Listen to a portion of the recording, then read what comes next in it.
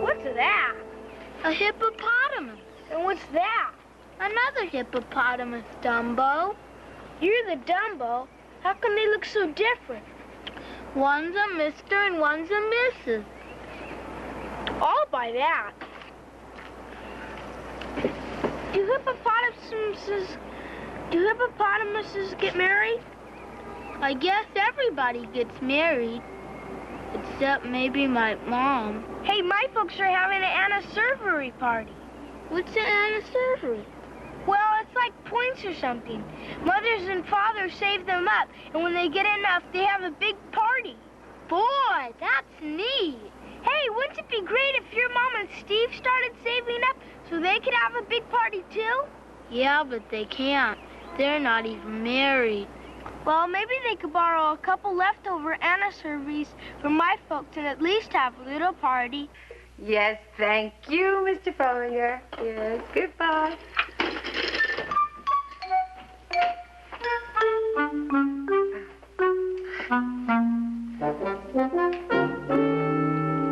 What's that, a new yoga exercise? Oh, I'm trying to put this phone down. Oh, I'm also considering hanging myself with this typewriter ribbon. Things don't quiet down around here.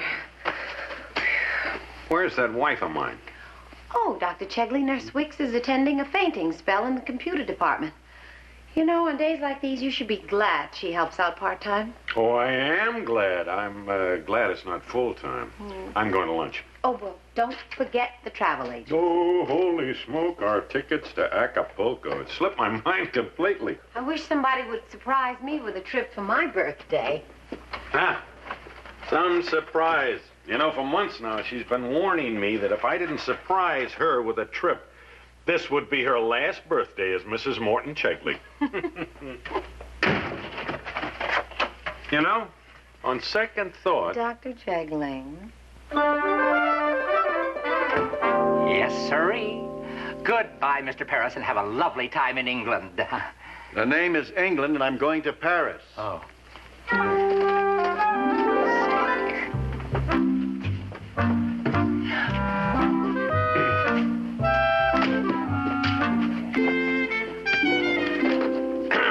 Oh, I beg your pardon. May I help you, sir?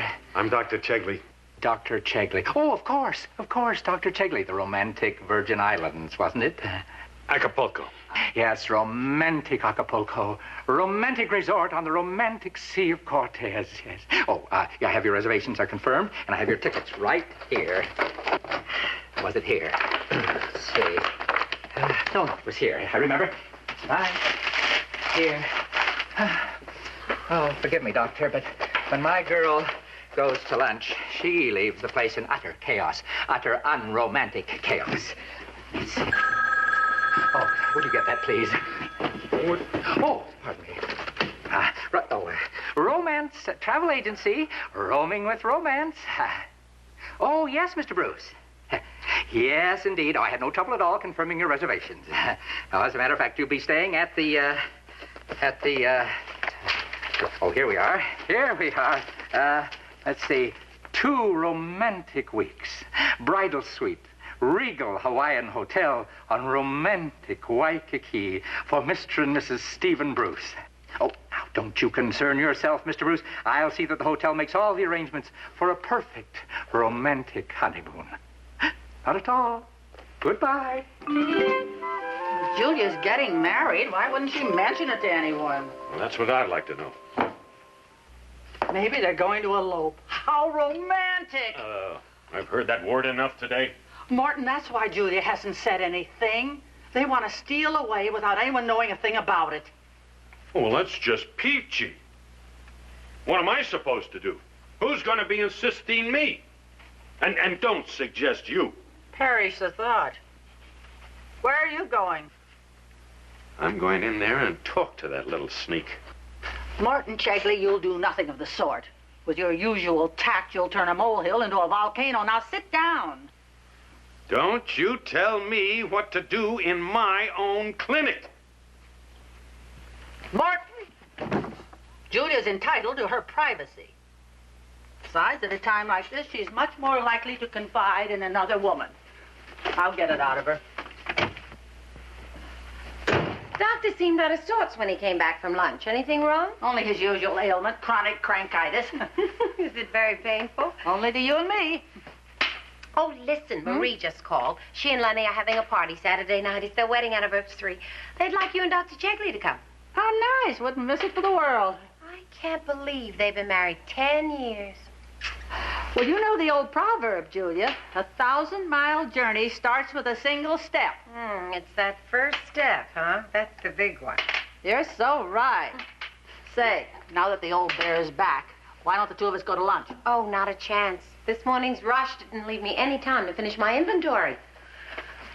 Okay, I'll help you finish it. Then we can chat. That's sweet of you, but I could probably do it faster myself than explain it to someone else.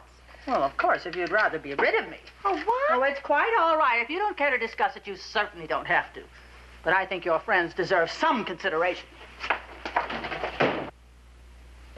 What did I do?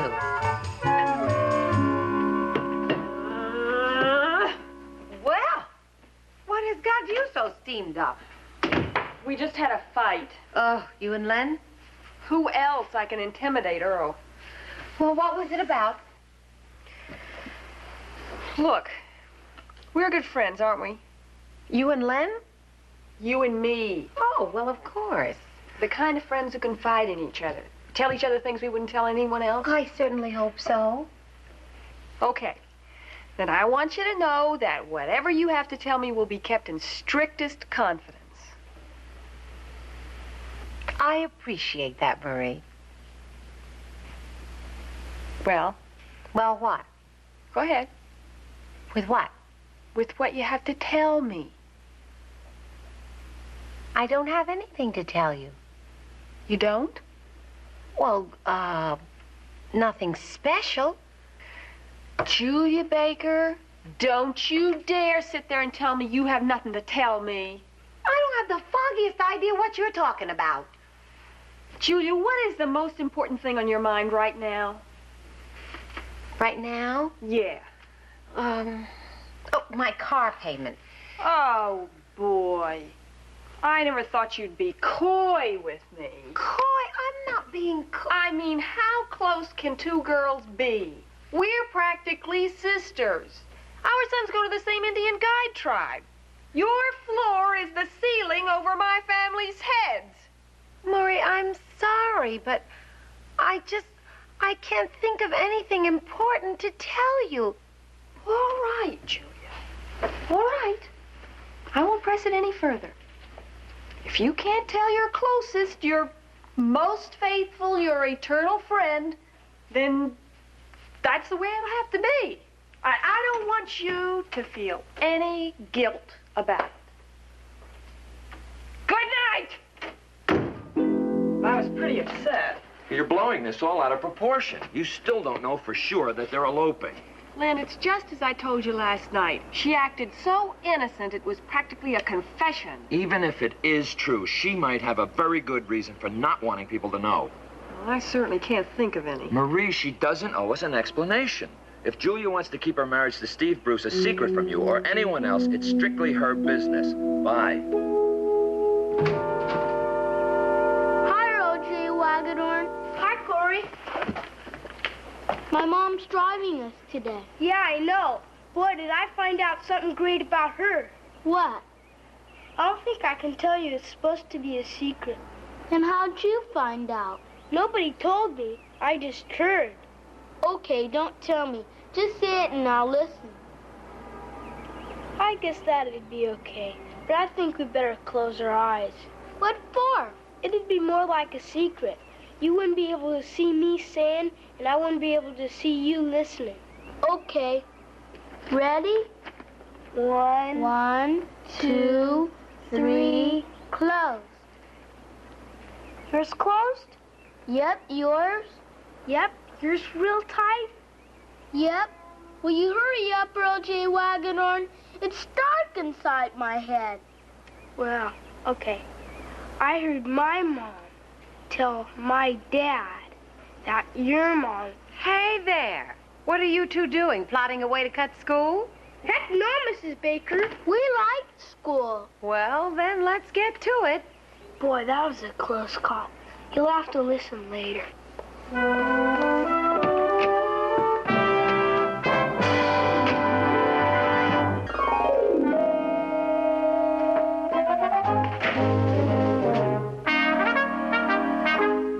Good morning, Doctor.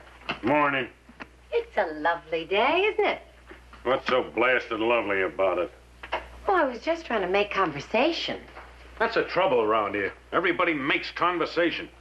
Nobody ever tells you anything. Hey, Corey. Hi. What's the matter with you? Nothing. Then how come you're bluff? 'Cause of nothing. Boy, that nothing must be sure something. I guess I shouldn't have told you your mom's going to marry Steve Bruce. Earl J. Wagonhorn, if it's supposed to be such a big secret, how come everybody knows? I don't know. Maybe it's supposed to be that kind of secret. And how come I didn't know about it? Maybe your mom didn't tell you because you're a juvenile. What's a juvenile? A kid. Only younger. Oh. Well, so what? If she told everyone else, she could have told me. I mean, gee, I even belong to her. Hey, Corey, what about your lunch? You can have it.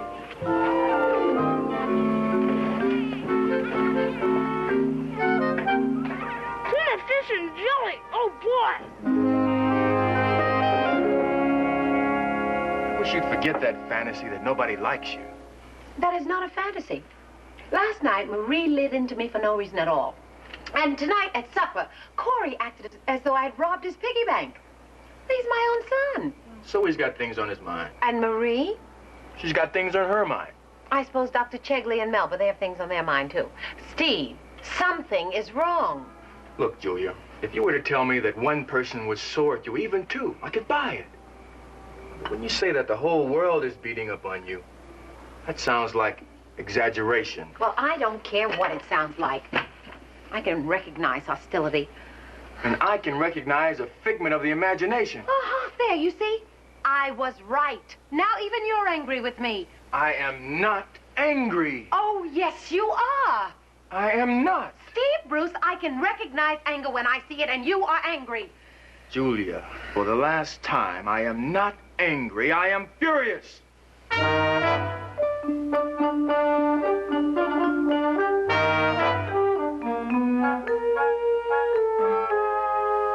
Glenn? Hmm? I guess I've been pretty rough on Julia. Mm-hmm. I mean, just before you and I were married, I did freaky things, too. Yeah, you sure did. Well, they weren't that freaky. Mm-hmm. Leonard, I'm talking to you. I'm listening. You were saying about the kids. I was saying about Julia. I've been sort of selfish about all this, and I'd like to do something to let her know that we're on her side. Like what? Well, like turning our anniversary party into an elopement party for her and Steve. We'll surprise them? I'm not sure they'll appreciate the surprise. Well, I think it's a marvelous scheme. And I think that when you think like you're thinking, you've already made up your mind, and it doesn't make any difference what I think. Then we can do it. Can I say no? No. Do it? Lenny, you are the most agreeable husband I ever had. I'll call the Chegleys and let them in on it.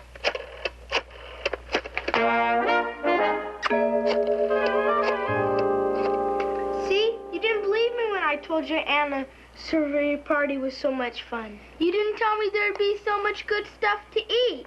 Gangway, coming up. Oops. Here we are, a new batch of Wagadorn's Pink Lightning, everybody. Just in the nick of time, I'm running dry. Oh, how's it going? Oh, they don't suspect a thing. As far as they're concerned, it is only your anniversary party. I hope we're doing the right thing. Think positive. Well, I am. I'm thinking this could be a positive disaster.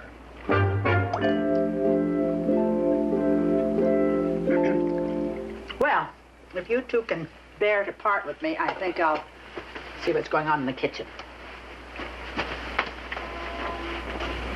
Nice party. Very nice. Enjoying yourself? Of course I am. Everyone seems quite charming. Yes, everyone's charming. I wonder where all their hostility has gone. I don't know. But if that supercilious grin doesn't go with it, I may never speak to you again. How many candles do you think we should put on it? Well, I think candles are premature. They haven't even eloped yet. I guess you're right. Okay. I'll tell Lynn we're all ready.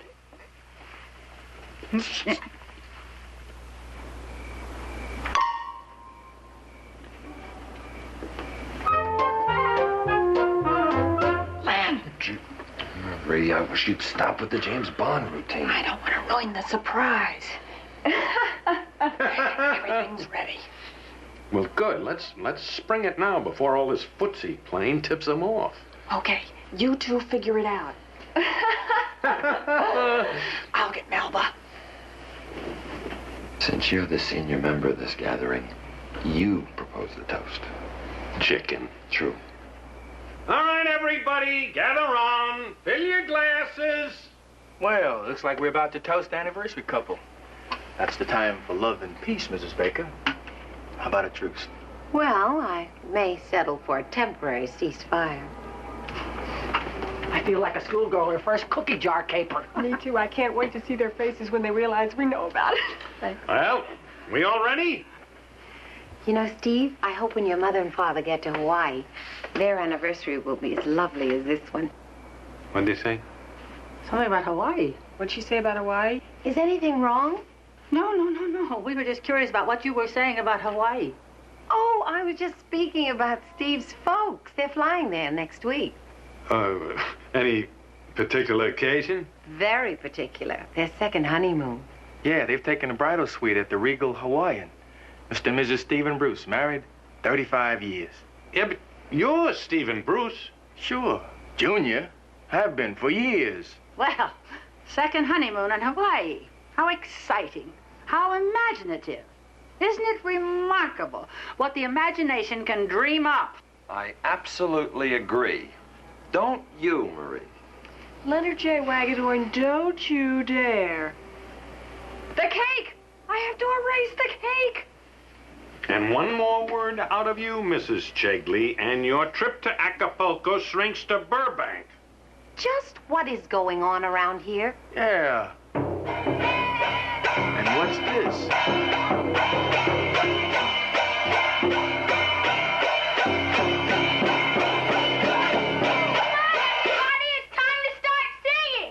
Singing what? Happy anniversary. Me and Corey were practicing. Well, as a matter of fact, your timing is perfect. We were just about to start. Here is to Marie and Len Wagedorn. Marie! May all their anniversaries be as fortunate as this one. Now, fellas. Wait. I know how to make this even more fortunate.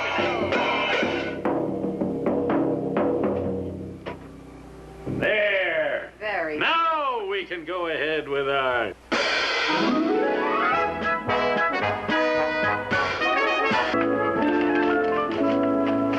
Hi, Corey.